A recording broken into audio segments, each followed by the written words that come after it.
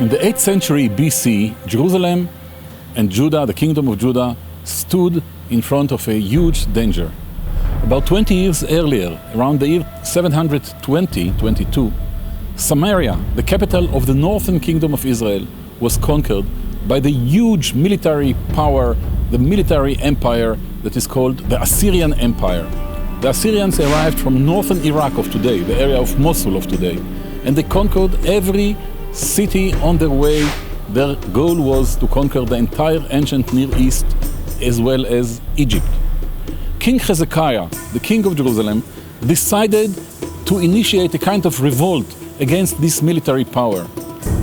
He built a huge wall around Jerusalem, a large, massive city wall that was found in the Jewish quarter of Jerusalem. It was excavated in 1969-70.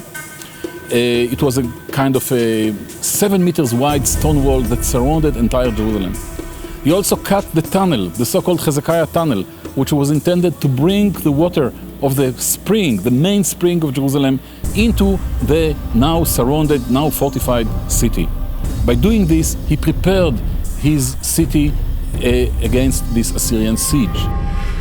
This is the second tunnel below Jerusalem, and it is one of Jerusalem's most famous archaeological discoveries.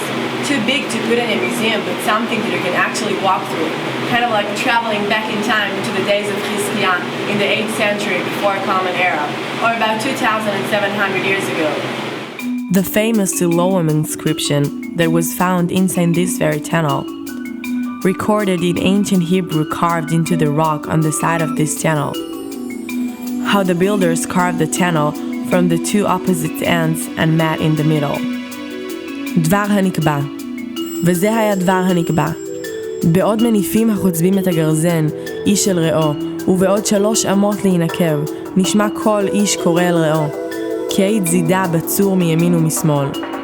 וביום הנקבע היכו החוצבים איש לקראת רעו, גרזן על גרזן, והלכו המים מן המוצא אל הבריכה ב200,000 אמה, ומעט אמה היה גובה הצור על ראש החוצבים. Some archaeologists were skeptical about whether this was really the tunnel King Hezekiah built just as it is written in the Bible. Rising to the challenge, scientists took small fragments of plants and wood that were in the plaster along the walls of Hezekiah's tunnel and used carbon-14 dating methods to find out the absolute date for the tunnel. Carbon-14 dating doesn't give you an exact date like September 5, 701 BCE. What the team of scientists did find is that the range of dates matched the time of Hezekiah in 701 BCE, giving dates between the years 800 to 510 BCE during the Iron Age 2A period. The style of writing on the inscription also helps archaeologists to date the tunnel to the time of King Hezekiah. As certain as we can be, this tunnel is the real thing. He also produced a huge amount of jars, called by us Lamelech jars, because they are sealed with a kind of a very interesting seal impression mentioning belonging to the king, followed by one of 4 names of cities. These jars, we think, were used to bring supply to the front, to the army, to places which were supposed to be under the Assyrian threat.